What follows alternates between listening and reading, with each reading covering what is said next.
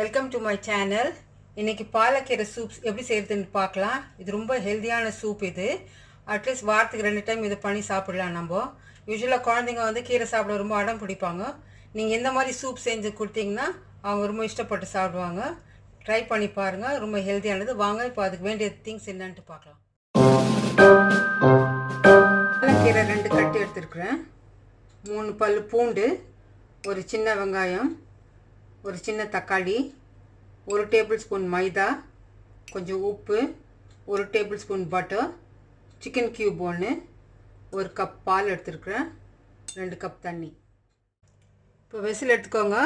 இதில் வந்து கட் பண்ணி வச்சுருக்க பாலக்கீரை ஆட் பண்ணிங்க.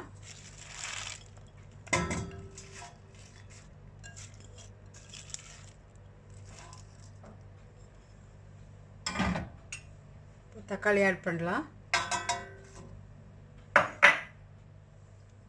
வெங்காயம் போடலாம். பூண்டு, ஒரு சிக்கன் கியூப் அதில் போடலாம். இது கொஞ்சம் டேஸ்ட்காக தான். உங்களுக்கு வேண்டாம்னா அது நீங்கள் விட்டுடலாம். இது ஒரு டேஸ்ட்காக தான். நாங்கள் யூஸ்வலாக அது போடுவோம். குழந்தைங்க விருப்பப்பட்டு சாப்பிடுவாங்க.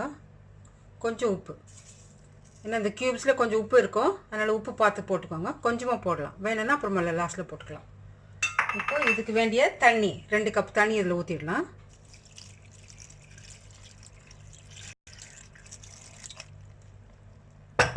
நான் சிக்கன் கியூப் போட்டிருக்கிறேன். உங்களுக்கு வேணும்னா வெஜ் கியூப் போட்டுக்கலாம். இது எதுக்கு போடுறேன்னா இந்த டேஸ்ட்டு நல்லாயிருக்கும், கொஞ்சம் ஃப்ளேவர் என்ஹான்ஸ் பண்ணி கொடுக்கும். அதுக்கு தான் இது நம்ம போடுறது.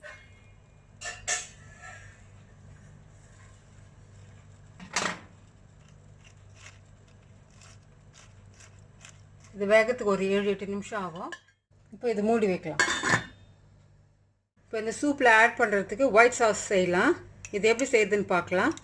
ஒரு பேன் வச்சுட்டு அதில் 1 டேபிள் ஸ்பூன் பட்டர் போடுங்க. கொஞ்சம் மெல்ட் ஆகட்டும்.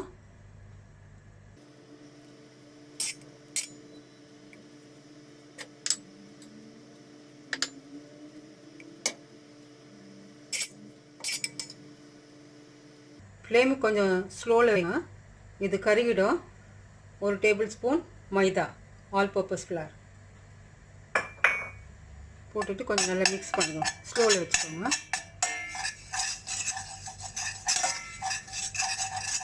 சும்மா அந்த மாவுடைய அந்த பச்சை ஸ்மெல் போகிறதுக்காக தான் நம்ம சும்மா லேசாக ஜஸ்ட் 1 மினிட்க்கு நம்ம இப்படி ஃப்ரை பண்ணிவிட்டு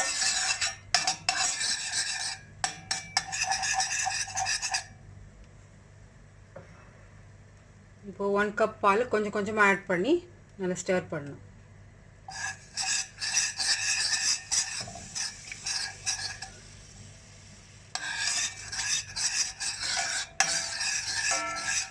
இதில் செடார் சீஸும் நீங்கள் ஆட் பண்ணலாம், கிரேட் பண்ணிவிட்டு. நான் இன்றைக்கி ஆட் பண்ணல. உங்களுக்கு வேணும்னா நீங்கள் கொஞ்சம் அதை ஆட் பண்ணி இந்த டைமில் நீங்கள் அதை ஆட் பண்ணிவிட்டு இது கூட மிக்ஸ் பண்ணிடலாம். இந்த டேஸ்ட் வந்து இன்னும் நல்லா ரிச்சாக இருக்கும். ஃப்ளேவர் ரொம்ப நல்லாயிருக்கும், குழந்தைங்களுக்கெல்லாம் ரொம்ப பிடிக்கும்.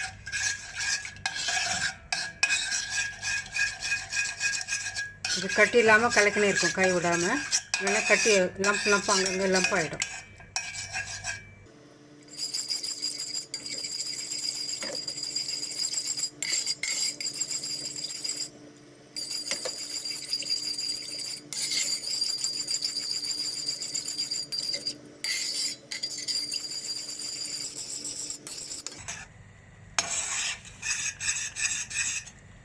இப்போ இந்த ரைட் கன்சிஸ்டன்சியாக வந்துடுச்சு.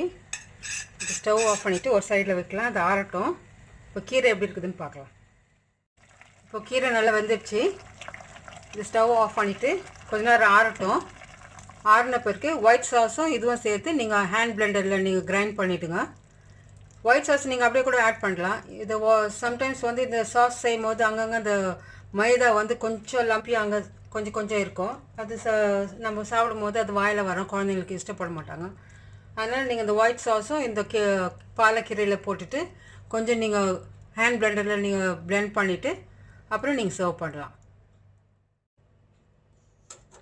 இப்போ பாலக் சூப் ரெடி ஆகிடுச்சு. வேக வச்ச பாலக்கீரையும் ஒயிட் சாஸ் நம்ம ரெடி பண்ணணும் இல்லையா, அது ரெண்டுத்தையும் போட்டு பிளெண்டரில் மிக்ஸ் பண்ணி நல்லா பிளெண்ட் பண்ண பிறகு அதில் இருக்கிற அந்த பாலக்கீரையுடைய தண்ணியை கீழே போடாதீங்க. அதுவும் கூட சேர்த்து உங்களுக்கு எந்த கன்சிஸ்டன்சி வேணுமோ அது வரல நீங்கள் ஆட் பண்ணுங்கள். நான் ஆட் பண்ணியிருக்கேன். அதில் எக்ஸ்ட்ரா இருக்கிறத நீங்கள் கீழே போடாதீங்க. அதை நீங்கள் அப்படியே குடிக்கலாம். இல்லாட்டி வேறு டிஷ் எதுனா பண்ணால் நீங்கள் அதில் போட்டுக்கலாம். ஏன்னா அதில் தான் எல்லா நியூட்ரிஷன்ஸ் அதில் போயிருக்கோம். அதை நம்ம கீழே சும்மா தூக்கி போட வேண்டாம். இந்த சூப் வந்து டேஸ்ட் பண்ணி பார்த்துக்கோங்க. இப்போது சால்ட், உங்களுக்கு பெப்பர் வேணும்னா பெப்பர் பவுடர் இந்த டைமில் நீங்கள் ஆட் பண்ணிக்கலாம். இந்த சூப் வந்து நீங்கள் ஒரு 3 நாள் நீங்கள் ஃப்ரிட்ஜில் வச்சு கூட சாப்பிட்லாம். ஈவினிங்கில் பசங்க ஸ்கூல்லேருந்து வந்தப்போ கொடுக்கலாம். நீங்களும் எப்போனா குடிக்கலாம். மார்னிங் பிரேக்ஃபாஸ்ட்டு ஒரு கப் ஃபுல்லாக குடிச்சிட்டு போனால் ரொம்ப நல்லாயிருக்கும், ஹெல்த்தியாக இருக்கும். ட்ரை பண்ணி பாருங்கள். பிடிச்சிருந்தா கமெண்ட் பாக்ஸில் சொல்லுங்கள். இப்போ சூப் ரெடி ஆகிடுச்சு. இது கூட நீங்கள் ப்ரெட்டு டோஸ்ட் பண்ணி சாப்பிட்லாம். கொஞ்சம் ப்ரெட்டு டோஸ்ட் பண்ணிவிட்டு சின்னதாக க்யூப் கட் பண்ணிவிட்டு அது மேலே நீங்கள் கார்னிஷ் பண்ணிவிட்டு சாப்பிட்டிங்கன்னா க்ரன்ச்சியாக இருக்கும். குழந்தைங்களுக்கு ரொம்ப இஷ்டப்படுவாங்க. நீங்கள் இதை கண்டிப்பாக ட்ரை பண்ணி பாருங்கள். குழந்தைங்களுக்கு ரொம்ப பிடிக்கும். ஹெல்த்தியாகவும் இருக்கலாம். Thank you so much for watching. See you in the next video. Happy cooking!